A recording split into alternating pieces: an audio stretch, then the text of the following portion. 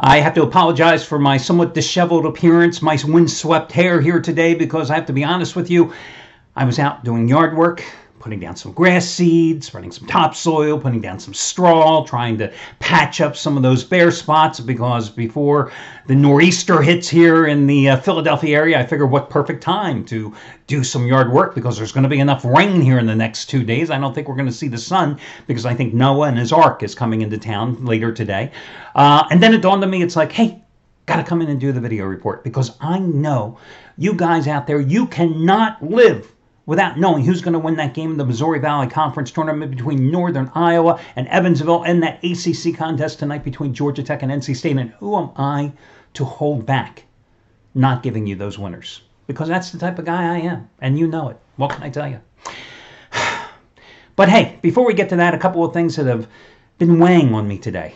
Earlier this morning, I'm reading RollingStone.com, and I came across a story, and the headline was something like, Ranking Rihanna's 30 biggest hits. And two thoughts came across my mind immediately. One was, it must have really been a slow day, that particular day at RollingStone.com. And two, does Rihanna have 30 greatest hits to actually be ranked? Just a thought. Bum, bum, bum. The next thought, I got to tell you, we talk about the stock market, at least I talked about the stock market, to you at least. So yesterday I had one of those genius ideas. I had 100 shares of Burlington Coat Factory, right? And early yesterday, they were up like $3.72. So I had a feeling that the market was going to take a downturn, and eventually did yesterday. So I thought, let me cash out. Cashed out like at $3.23. And of course, the stock right down the tubes, right? So using those newfound genius IQ points that I picked up thanks to that move, I had looked at Boeing. And Boeing's a stock I had owned before, and I thought, Boeing is one of those long-term plays. Generally, I like to buy them low, and then I hold on. I take a little pain, buy them on the downstroke, pick them up on the upstroke, take some of that profit. And I thought, hey, as the market's pulling away yesterday, they were down a couple of dollars. Boom, I go in and buy 100 shares. Problem is, that damn president of ours, Donald Trump, did not call me and give me the heads up and let me know that he was going to have that big announcement today about the tariffs on the steel and the aluminum industries. And Boeing makes those little thing called airplanes, uses a little steel, uses a little aluminum and the shells and the engines and everything else. That really hurt. That really, really hurt. So, as I do this video report here, it's about 3:36 Eastern time, let me just see how much money I've lost in those 100 shares. Wow. That's really depressing. It's now down $11.69. It was only down. It had regained. I should really stop this video report and hit the sell button. It had regained some of its losses and was only down like $9.60 when I looked at it 10 minutes ago. So that's a nice loss of about $1,200 there. And then, of course, I had another genius move today. A company called Align, ALGN. You probably know them because of the invisible braces they make. That's another company I've looked at many, many times. And they're one of those companies who, last year, they were tremendous. And this year, I've been looking at them a number of times. When they have a down period, I thought, buy them, take a little short-term pain, and then watch them eventually pick up on the upstroke. So I thought today, when they were down like almost $8 early in the day, let me pick them up again. Didn't know our president was going to make that bad announcement. Also, the Federal Reserve chairman, who I wish somebody would buy a muzzle, because every time he opens his mouth, it seems something bad happens. Depending on whether he's using a vowel or a consonant. I think when he uses a vowel, the market goes up 10, but when he uses too many words with consonants in them, I think it goes down 20.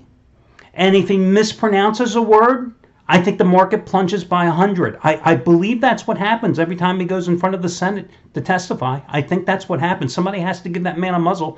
So that combined with our president's announcement today, let's see, how much have I lost in the line with those 100 shares? Oh, I shouldn't have looked. Let's see, they're down 16. So let's see, 100 shares, yeah, 800 more there. Yeah, so, it's been one of those days. I really should have stayed out and just kept doing yard work. So I would say I would say that conservatively, if you're having a bad day today, let me just tell you that I think conservatively today, when all the dust clears, I would say in my one particular stock portfolio, which has, let's see, Netflix. How much did I lose today on that? Oh, hey, Netflix is great. They were down by 4.5, 5 today. They're only down $1.83 right now. So I've only lost a couple hundred there. But with JP Morgan and Microsoft and, Micron and Intel and Home Depot and and Apple and God knows how, I'd say probably about $5,000 today. So with all that being said, I think it's very important tonight that I win the 20-dime play I have in college basketball. I'm 4-1 with those plays this season. This is the 25th ever 20-dime play I have going in college hoops over the past 15 years since I created these sites. 4-1, and it is on the game between Western Kentucky and Middle Tennessee State. Now, I just had a 20-dime play that I won this past Saturday with Western Kentucky, a 3-point favorite at home, crushing Old Dominion by 22 points. And all these plays have been half-price play of the day plays. Same thing goes tonight. It's bigger than last night's 15-dime winner on Kentucky, a 9-point favorite that rolled easily by 18 over Ole Miss. You get it for half price by using coupon code RAISE. And I would be remiss if I didn't say congrats and props to Matt Rivers, who continued his red-hot roll with those blank check releases. He won yet another one last night as he scored with LaSalle. That's 2 back-to-back double-digit home favorites rolling, single-digit home favorites rolling by double digits and blowout wins as he had Baylor the night prior. Tonight he has another one going. What is the game he's on tonight, in fact? Let me just double-check. Going for number 10 out of 13. Arkansas, Little Rock, and UL Monroe. You get it for over half price off by using coupon code BLANK. Okay, let me get to the complimentary plays. I am quite surprised that NC State was a 4-point favorite early, and the Wolfpack now a 2-point favorite at Georgia Tech. NC State's having a heck of a year, and I'll tell you what, Kevin Keatts deserves to be ACC Coach of the Year. 45-year-old guy, first year in Raleigh, didn't inherit a lot of talent, but this is a team that's 20-9, 10-6 in the ACC, seeking their first 12-win regular season campaign since 1974. 1974.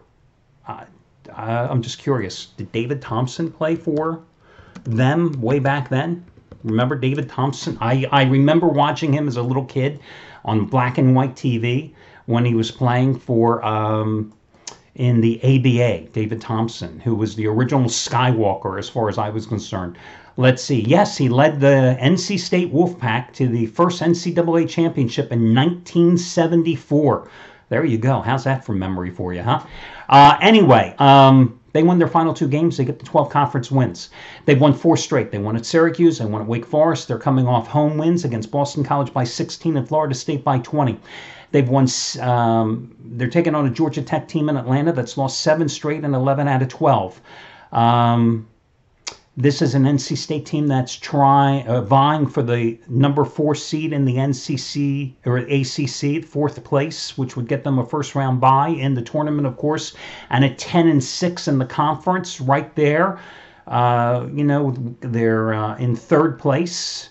Miami and Virginia Tech are behind them at 10-7. Clemson and UNC are right there too. So a bunch of teams bunched right up at 3rd, 4th, and 5th place in the ACC. NC State has shot 50% or better in its last 5 games. That hasn't happened since 1986. I looked that up. They're number 3 in the ACC in 3-pointers made, shooting at a 38.1% clip. Tech's perimeter defense, during the 7-game losing streak, they've allowed opponents to shoot 48% successfully from 3-point land. NC State also leads the ACC in turnovers forced at 13.8 a game. I think at this price, you've got to lay it with NC State. They're the far superior team. Also keep this in mind. They force a lot of turnovers. This is going to be the 4th straight game that Georgia Tech is playing without its starting point guard who suffered a season-ending injury. I got to go with the Wolfpack at a reduced price. I'm going to go with Evansville as the 2-point dog in the first round of the Missouri Valley Conference tournament at St. Louis against Northern Iowa. Evansville, a resounding beatdown of Southern Illinois in its season finale this past Saturday, 75-44. And Southern Illinois was playing some pretty damn good ball. Finished number 2 in the regular season in the Missouri Valley Conference coming into that game. The difference for the Purple Aces in that one, their second leading scorer, Drew Smith, returned after a 4-game absence. 14 points, 4 rebounds, 4 assists in that game. Also, for the first time since their conference opener, they had their original starting 5 in the lineup in that game. And their starting backcourt, Dwayne Boo Gibson and Drew Smith, both in there. Gibson, a 5th-year senior who's been hampered by chronic knee injuries. He had 8 points, 8 assists in 28 minutes. So this is the team that Evansville thought it would be fielding all season long that's going to be playing in this game. One last hurrah, and I like them in this particular spot. They split the regular season series. They lost at Northern Iowa 47-41 on February 13th, a game that Drew Smith, their second leading scorer, did not play. A game that Boo Gibson did not play. A game in which Evansville had 0 free throws, 0, playing at Northern Iowa. It's a neutral court today. I think the officiating will be a little more even in this particular rematch. Smith also missed the first meeting, which Evansville won at home 57-49.